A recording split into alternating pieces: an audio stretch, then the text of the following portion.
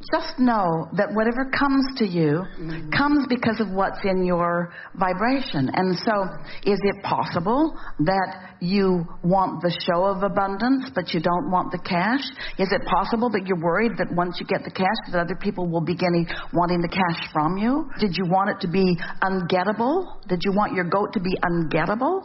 You can have it all. You don't have to have only one thing. You can have it all. You can have it all. The universe isn't saying, let's see, she wants this much, and so let's deliver it to her in this way. You have contoured all of that.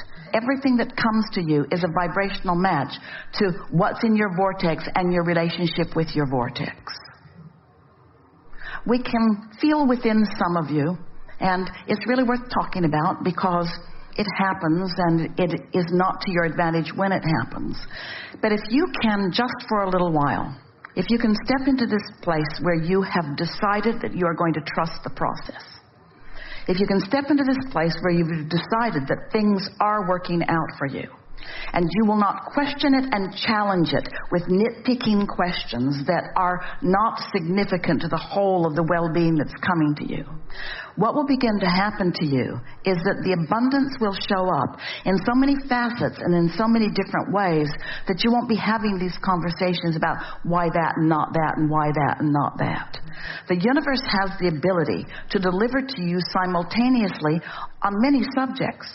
The universe has the ability to deliver to you fully all things that you want. But do you have the capacity to receive it? What we're saying to you is the revelations are happening. The revealing is happening. But the receiving is your job. And so if you're receiving a little bit of it, that's good, but you could receive so much more. Isn't it logical that as you receive something, regardless of what it is, and you feel thankful for having received it, meaning you line up and feel the way your inner being feels about it, isn't it then logical that you would be in the perfect receiving mode for the next and the next and the next and the next and the next and the next? Yes. Some way that you can allow rather than disallow, that you can believe rather than doubt, that you can not feel guilty. Yeah. Feeling guilty is a long way from alignment. Feeling guilty will cause your abundance to come in the weirdest ways. But feeling blessed, and you must be feeling sort of kind of blessed or it wouldn't be coming like it is.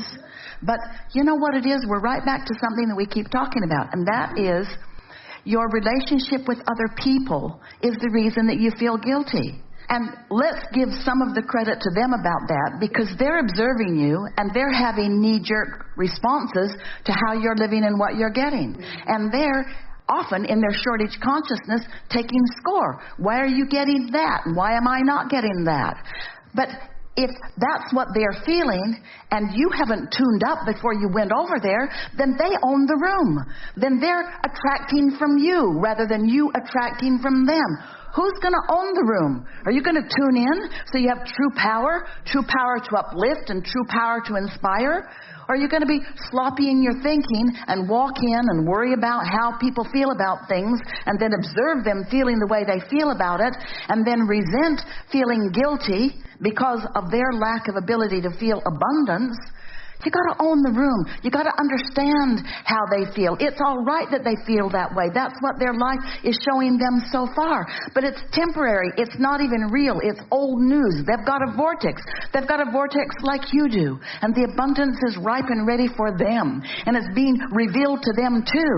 And you want to, through your ability to receive for yourself, teach to the clarity of your example. You can't deprive yourself and teach anyone else abundance. You can't feel guilty and therefore pinch yourself off from the well-being that is showering down around you and do any good for anyone. You've got to embrace your own fantastic, dynamic, ever-changing receiving of well-being. You have to get glimpses into your vortex. You have to let yourself feel about you like your inner being feels.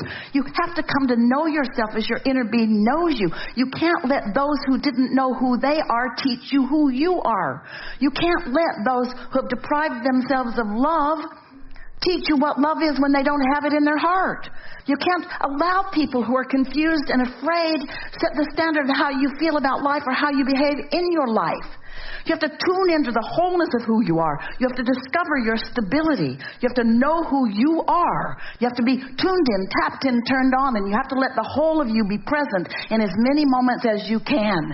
And you have to do it because it feels good to do it, not because it will change them. Because if you do it because it will change them, and you look, not changed. They're not changed yet. Now your attention upon them not having been changed puts you in your place of no power, and then they own the room again. Who sets the tone around you? You do. Who sets the tone for you even before you allow yourself to receive it? Your inner being does. Your inner being sets the tone. Your inner being knows your value, your worthiness, your blessedness, and knows everything that you've asked for, and agrees wholeheartedly with the rightness that you receive it, you see. We have not interacted with one with a sometimes purer heart than you have. We've also not interacted with anybody who's felt more guilty than you have. Because those around you have done a number on you, and they didn't mean to do it. Nobody said, let's lurk around the planet and make people feel inferior. Nobody's saying that. But people who feel inferior lurk around the planet and make people feel inferior. Those who are poverty consciousness lurk around the planet and spread the virus of not enoughness, you see. You just got to decide who you are. That's not hard to do, because your inner being is reminding you on a steady,